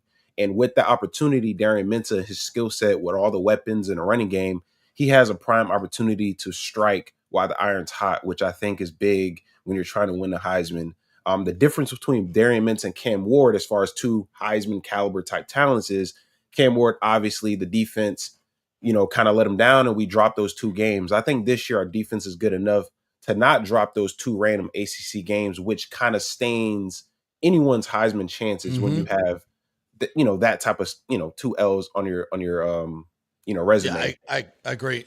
And I don't, winning and losing, it's obviously sometimes even a quarterback can't determine those things, even no matter how well they play. It's just part of it. So I think Mensah is going to have a hell of a year. You mentioned that this offensive line may start a freshman up front. Tell me a little bit about that. Yeah, so right now, man, it's been camp battles, right? And, the way Coach Cristobal and Alex Mirabal, our offensive line coach, they cross-trained all the offensive linemen. So left tackle, they're at guard, guards at left tackle. Only really thing they don't really change around is too much as the center. So right now, we've been seeing a lot of the true freshmen, Ben Congdon, playing right guard, right tackle. Also, the 5-star freshman, Jackson Cantwell, same thing. Those guys have been playing right guard, right tackle, and they're just pretty much been thrown in the fire. I mean, the reps I've seen them go, they're going with the 1s, 2s, interchangeable. And I do believe that at some point, probably week 1 or 2, definitely week 1, one of them, not sure which one, is going to end up starting probably at right guard. And then throughout the season, based off how they're, flowing or things of that nature, they may bump out to right tackle, whatever, injuries happen, guy get banged up. I see that's how it's going to play out. But it's a surprise that Ben Congdon, who was really an underrated guy, really a 3-star, low 4-star guy that we kind of found later in the recruiting process. And I think he's from Ohio, but man, and he's 6'8", 340 pounds. Well, he's a helps. wrestler, so he has very good bend, powerful in the run game. So that was a guy that, wasn't the 5-star guy like Jackson Cantwell, but has definitely earned his stripes within the Miami Hurricane locker room and coaching staff. Yeah. All right. Well, interesting, but starting a couple freshmen up front can be a problem. Now, for the receiving core, obviously Malachi Toney is going to get the lion's share, but there's a lot of talented kids. How do you think that lines up? So right now, the wide receiver core is definitely deep, obviously starring Malachi Toney, but a surprise, and if statistically it really shouldn't be a surprise, but Cooper Barkate was a guy that came in and from Duke. Yeah, he's a wide receiver from Duke. Yep. He's a player. Came over with Darian Mensah, and questions about his speed. And, obviously I think him going for 1,000 yards in the ACC is pretty self-explanatory as far as his talent. But the thing I noticed was maybe it's the strength and conditioning, maybe it's the competition. He has taken another step as far as just like his natural speed, playmaking ability. I've seen him field in punt returns now. He's a guy that I think going to surprise people as far as a guy that can get yak and make contested catches over the middle. Very consistent throughout camp. You can tell him and Darian Mensah has a history together. That connection is very well alive. And then over there, wide receiver 3, there's a legit battle between Josh Moore, who's a true sophomore, and Dalen Upshaw, 2 sophomores. And Miami likes both. I think both guys are going to contribute at that third option.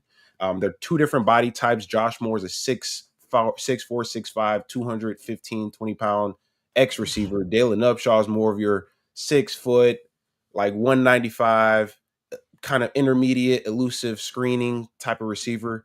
And I think they're going to give us 2 different styles of play that we can plug in at any moment in the game based off down and distance. All right, we got one comment coming in. It's coming every time. Aviation 1436 says there's a lot of Miami talk in the media for a squad who hasn't made the ACC championship in a decade. Woo! Yeah, we know.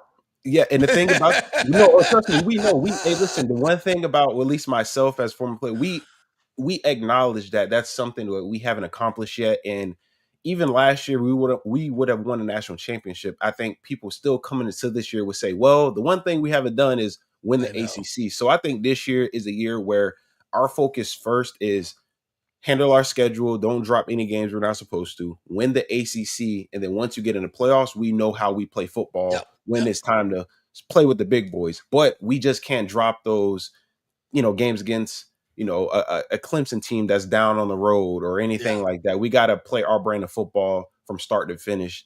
But yeah, winning ACC is definitely a stain that we have not done. And I'm curious to see the reaction once we do win it. I believe the narrative is going to say, well, it took us 20 plus years to do so.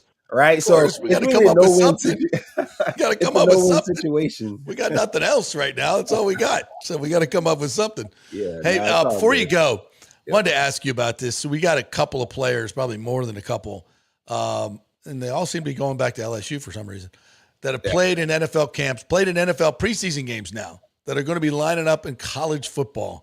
Holy shizbang. Even as absolutely dysfunctional as this has been, I didn't see this coming, but here we are. Your thoughts? So first, I want to apologize to the Miami fans because when this first dropped, I was like, maybe we should look at a tight end, right, and kind of finish up that room. But the more I thought about it, the more I realized like how almost Travis Kelce might be available. Yeah, I don't know. it's a little bit unethical. Yeah, it's unethical. And why I think teams like LSU, it's gonna hurt them is because someone made a good point in the Miami fan base is that when these guys do join, right, a team, and you got to remember, we're talking about young men who are emotional, maybe, or a little bit entitled. They feel like they earned their reps from spring to fall camp. When you bring back a guy that not only did not just go to LSU the previous year, he went to Ole Miss, and now he's coming into a new locker room, trying to get acclimated with a whole new system, new teammates, and then he's almost going to be not given a spot, but he's going to get the nod over really any second string guy. So naturally, that's going to create a little bit of internal conflict, whether it's it should be me, not him. And especially if that guy comes in and he's making plays and, kind of still in the spotlight, naturally, you're going to feel a certain way. So I'm curious to see how LSU handles that situation. Now, again, if the tight end that just committed the defensive tackle, if they went to LSU and came back to LSU, maybe you may look at it differently. Kind of like if Ruben Bain, for example, went, let's say, undrafted and returned to Miami, people naturally going to know, okay, we know his work ethic. We know him. We're cool. It's a little different relationship. But when you bring in a guy from a previous regime, essentially, or another school coming in 2 weeks before the season, naturally you're going to have a problem with that. So that's going to be interesting how Lane Kiffin and his personality navigates the locker room and, the pressure of him at LSU in year one, trying to, handle all these things, the expectations in year one, all these transfer portal guys, new quarterback that's injured. And it's going to be interesting to see. And I think it'll be primetime television for I agree. Stay tuned in over there in Baton Rouge. It's so funny because you got, the SEC puts out a statement about it, but they don't stop it. Yeah. They don't the presidents got together and they put out a statement. Did the statement say we're not doing this as a conference? Everybody agreed? No, that's not what it said. Because you know why? And one of the coaches said it out loud. I think it was Ryan Day. Said, listen, we don't want to do it, but if LSU's doing it, we better do it. If Texas is going to do it, these are good players. Yeah. Am I just going to say no to these good players? So if they're going to do it, we're going to do it. Why can't anybody in college football have a freaking nutsack and say, hey, we're the Big Ten. We're not doing it. SEC, what are you doing? I think you should do the same. Because if all these conferences say we're not doing it, guess what? It doesn't happen. Yeah. It doesn't happen. If they all had some balls and said, we're not going to allow this. Our coaches and our league are not going to allow this. Our commissioners are not going to allow this. We're making our own rule in solidarity with the Big Ten and the Pac and everybody else. Right. So I think so far. But instead, we got a statement. Come on. Yeah. I saw the Big Ten drop something like an hour ago. They're pretty much made a statement that they're not going to accept, or they're trying to make a rule that, they're not going to accept the guy that goes to the NFL and sign a contract to come back. So hopefully, what I see is that most of these conferences are most likely, to your point, going to align, and they're all going to. No, they probably won't. One will try to get up. One will try to get it up. One will be like, yeah, sure. You guys do that. We're taking them. And then Big Ten's going to go, damn it, we shouldn't have done that. Now they're going to beat us. That's how it's going to go. Yeah. I can see it. It's all about self-interest. Yeah. That's true. I can see one of those smaller, the ACC would be probably the one that may try something like that. But we'll see. ACC gets a little weird. I think we know they're a little different over here. So. But yeah, hopefully they get this thing cleaned up. I know it's a 1-year thing, but when a judge or, there's some ruling, what that means? There's going to be some other kid in a 2023 class that sees some language, or some lawyer comes out of nowhere and says, oh, he has a case for this. So hopefully there's some type of end to all this madness, so we can just get a structured. Well, if they pass the structured way. Protect College Sports Act, then all of this stuff goes away. It's not a perfect bill. But it does the big things that we need, like this, and we can figure out the rest. Let's just get that bill will take care of 90% of the problems and reset the market. The kids will still get paid, but we'll go back to only one transfer for free. Everything else, nothing after that. Kids who get paid can't poach a coach. 4 years of eligibility, 5 with a red shirt. Just the basic stuff. We can do that. And, a salary cap for everybody. if they pass the bill, we should be able to do it. But yeah, well, I got to poke a little joke at you, man. I think once everything gets settled, Florida State will have a fair chance to kind of fight back in this whole market, because right now it ain't looking too pretty. But when everything gets cleaned up, I think they may have a back chance again. Well, let's just be honest, Ahmmon. If it wasn't for NIL, Miami never would have come back. Well, 100%. No NIL bailed your ass out. Hey, you know what I'm talking about, because you don't have an on-campus stadium. You can't recruit against Alabama and Florida, and because all the kids go and they're like, oh man, look at the stadium, they're full. These people are crazy. They go to Miami and there's 12 people in the stadium. Hey, man, so if it wasn't for NFL, NIL, you guys would have still been going down the shitter. So that saved your ass, and congratulations. You paid the money, you got your players, and you got a good coach, and you're kicking ass. Hey, man. Those are the rules, and we're dominating. So congratulations. But you know as well as I do, if it wasn't for NIL, you guys would still be in the shitter looking for a place to play. I'm with you when you're right, my brother. I'm with you when you're right. Listen, NIL, it helped us. It gave us a fighting chance. Not more so to compete with Florida State, but really to compete with those SEC teams who were doing some real shady business. So I think it just made it a little bit more fair, and we're just kind of taking advantage of the time. But Mario's always been a shrewd recruiter, especially in the South Florida. He's going to find talent, fantastic. But NIL definitely helps, make it more competitive, because we have the funds as well. We got some billionaire booster. We have situations to kind of compete. Still not as much as Texas and those oil schools, but it's enough to. Hey, you guys were the trendsetters with Nevin Shapiro. You guys were the trendsetters. You were NIL before there was NIL. Hey, listen, I know the name. Live crew, baby. He's like a phantom character down here in Miami, man. You hear the name and just like you hear Kaiser. He's like the Kaiser Sose. Man. You hear it and you don't want to get too involved. You want to say the name too loud. Because it's definitely understood. It's a little asterisk over there. All right, tell everybody how they can get your content on social media. Where can they find you? Yeah, so I'm on Canes Insight Monday, Wednesday, Friday. You can follow me on X, Ahmmon R2, social media, Instagram, Ahmmon Richards. Follow me on there. I'm dropping content. I'm in the media world now, so Canes Insight is where you can find me on a daily podcast. Big O just walked in, and my dog's here, so that's what you're hearing. So the show's about to go crazy. Hey, all right, Ahmmon, good stuff, brother. Love Appreciate you, man. As always. See you next week. Go Canes, my brother. You got it. See you, man. NIL, baby. All right. Yes. By the way, so Tally did make an appearance in the show. Yeah. Well, she hasn't been on the show yet, so we have to go to the wide shot. Timmy, can we get the wide shot in? There we go. Let's get all the mics up. Hey, there we are. Let me go wide. It's been a while since Tally's made her. There she is. Yeah, no, over there. No, over here.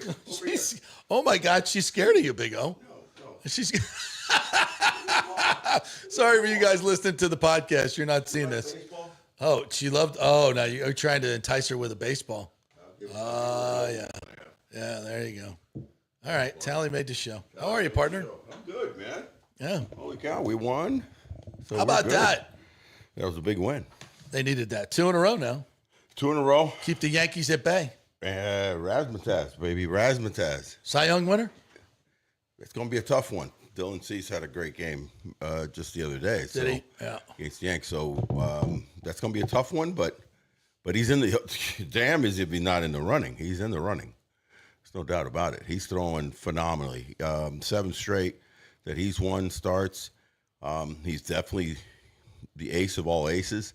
As far as like when you need to keep either a streak going or start a new streak, the guy has just been so steady. I mean, every time that he pitches and he's in a game, you just feel when you got a stud when you feel like we've got this game won some way, shape, and the team. I've played with pitchers of that caliber where you feel, well, we're going to figure out runs because this guy's going to keep them to 2 or 3.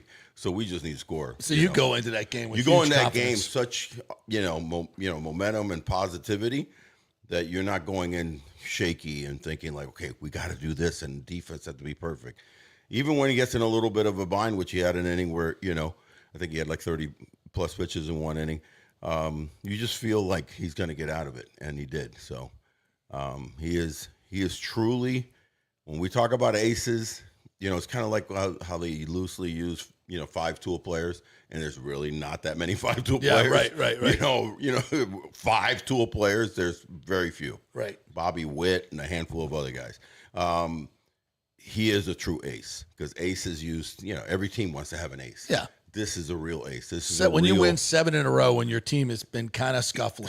That's essential. a great point. The 7 wins that he's had has kind of been in an era. Tail end of the 9-0, and yeah. then through this next little stretch. So whenever you need a big win, you hand the ball to Drew Rasmussen. And also when you think about there's only 31 games left and you're trying to hold on for a playoff spot, then you hand the ball to Drew Rasmussen, 4 or 5 more times. And Manny was good last night, too. Manny was good. He wasn't great. He was good. There was some jitters, and Cash put it best. There really isn't a spot for a soft landing for him. He's going to have to pitch. You can't, unless it's an open game, and then you can throw him out there for an inning or so, an inning or two. But he came in a tight situation, 4-1. Listen, I've always loved this slider. He backed up a couple. That he didn't snap. That change, you got the strikeout on. The change is good. Sweet. He doesn't use the change as much. He's pretty much fastball. Or he calls that a sinker. He calls it more of a sinker. So he throws 96, 94 to 96, and then he has a 90, 91 mile an hour sinker change up. Yeah, whatever that is. No, it's more of a sinker. But then his slider is the wipeout pitch. He threw 3 or 4 really good ones, and a couple of them just got away. Way wide, and then he actually struck out a guy with one that backed up. So he had a couple of backup ones. But listen, he hasn't pitched in over a year in the major leagues, bro. The adrenaline, the excitement. I was watching every pitch pulling for this guy because when you've had an injury of that magnitude, the same thing with Shane. Early on when he came back, you remember at the beginning of the season we were like, damn, just get through a few innings, So it was big that he was able to throw a shutout inning and get out of the little jam that he created with a double. Good to see Rhonda come back and get a bop. Big for Rhonda, 15 games without a jack. He hits his 16th home run, adds to his RBI totals. He's been struggling. And the weird thing about his struggles has been that he's been swinging and missing, which is just not his way. It's one thing to go a couple of weeks without a home run. But it's another thing for him to strike out as often as he's striking out. So I hope that this home run, which he kind of ran into a breaking pitch, is not something where he's going to be thinking, okay, I'm going to start hitting a bunch of home runs and open up a little bit. I want him to go back up the middle and make the contact that he does because he makes such hard contact between right field and center and left center, right center and left center and center. That's where he needs to go back to. It's interesting, one more thing before, we go. A lot of people are concerned, JP, as we're getting closer, 31 games left now, and they're holding tight on that division lead, on the league lead, if you will. How well is this team can do in the playoffs? The concern more is not pitching, it's not defense. It's offense. It's power. Yeah. It's not so much offense as much as it is power. When you get into the October, you do need to hit some 2-run homers and 3-run homers, and it's hard to string together 3 and 4 hits against these really good pitchers. That's the deal. Yeah. So great, we're going to still use the creative baseball. We saw it yesterday. Yeah, what an incredible bunt by 2 Chandler. bunts in a row. Fantastic. But and all of them can do that dynamic, and they're all fast. I mean, other than the tremendous trio that are, station to station. But can they put together the power? That's where Liam Hicks and the addition of Liam Hicks could be very interesting in October. Because if this guy can be the run producer, and I don't mean by always hitting home runs, but, having that risk at a high over 300 in October, that's the big difference, And I think they have it, but you make a great point. October, you're facing, talk about aces, left and right. not only starting but also out of the pen. And it'll be interesting to see what the playoff roster looks like too, because there will be some September call-ups. They've got a couple of really good starting pitchers at AAA that might get called up for spot starts. You'd mentioned this sometimes. These new kids come up. Nobody's seen them. You know, they might be able to help you. There might be maybe a Gavin Lux or Luke Fraley. Yeah, it could be any of those guys that have been on the. Unlikely, but could be. Jacob Melton could be a guy. I don't know. I'd like to, get Mesa Jr. back. Yeah, he has been. When you're talking about, okay, so you have the big four now, right? With Liam Hicks in there as a power guy. Who are your other 2 or 3 guys to really provide? And so you have to rely on Ryan Vilade, who can pop, against lefties. Mullins has had a better second half than obviously than an abysmal first half he has. Johnny DeLuca can pop one, and then Victor Cruz, Mesa Vilade and Jr. They've compiled as a right field position over 30 home runs and I think 80 RBIs. Yeah. Topkin compiled it the other day, and that would be the most production of any right field in the league. Yeah. So these platoons, they're highly effective when you look at them in total. Yeah. And defensively, they're there too. Yeah, and exactly. And athletically, they're there. there because they all run well.